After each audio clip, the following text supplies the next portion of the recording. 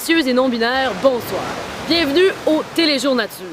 Aujourd'hui, on vous parle du projet de la cimenterie de Port-Daniel, un nouveau projet qui voit le jour en Gaspésie visant à faire fleurir l'économie. 1 milliard d'investissements pour ce projet-là, dont 450 seulement qui proviennent des fonds publics. On vise la création de 175 emplois permanents, 175 jobs, hein? C'est extraordinaire. Seulement 1,76 million de tonnes de gaz à effet de serre émis dans l'atmosphère. Hein, on va augmenter environ de 6% les émissions du secteur industriel québécois.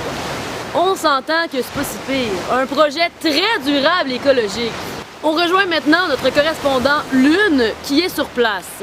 Bonjour Lune. Oui, effectivement. Alors, en quoi le projet est-il écologique? Ce projet est écologique pour plusieurs raisons. Premièrement, le coke de pétrole qui sera utilisé demande beaucoup moins de quantité que, par exemple, du charbon pour calciner le minerai. Ce qui est le fun avec le coke de pétrole, c'est que c'est un condensé des composés qu'on veut pas avoir dans le pétrole dilué, comme le soufre et les métaux lourds. C'est pas super, il va en avoir juste un petit peu.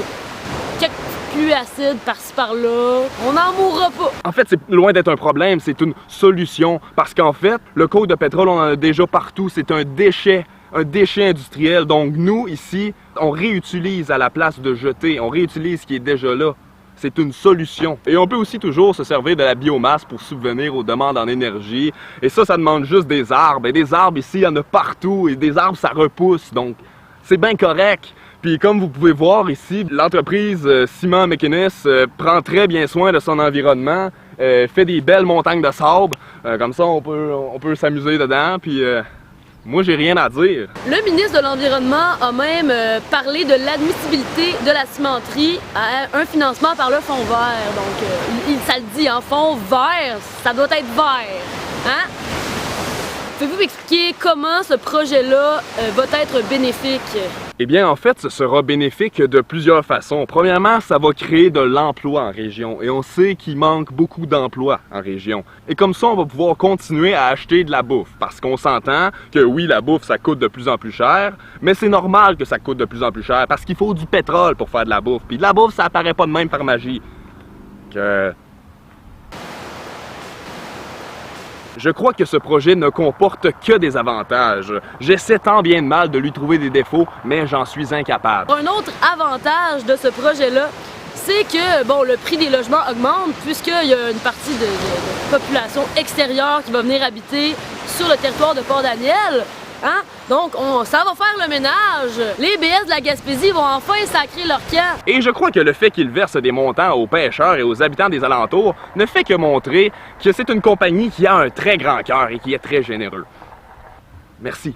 Merci de quoi? Donc, finalement, ce projet-là répond vraiment aux besoins des Québécois. On m'informe à l'instant que le ciment de la cimenterie va être destiné au marché américain. J'imagine que parce qu'eux autres, ils doivent en avoir besoin. Alors, certains diront qu'on aurait pu investir les 450 millions de dollars de fonds publics dans des choses utiles, comme par exemple les PME pour l'alimentation, le transport alternatif. Mais c'est du pelletage de nuages, ça. Nous autres, on veut du concret. Concrete jungle everywhere. Donc, pour conclure, l'industrie nous prouve une fois de plus que la meilleure façon d'avoir une bonne vie, c'est de laisser les experts créer des jobs utiles et verts qui permettent à nos communautés de prospérer.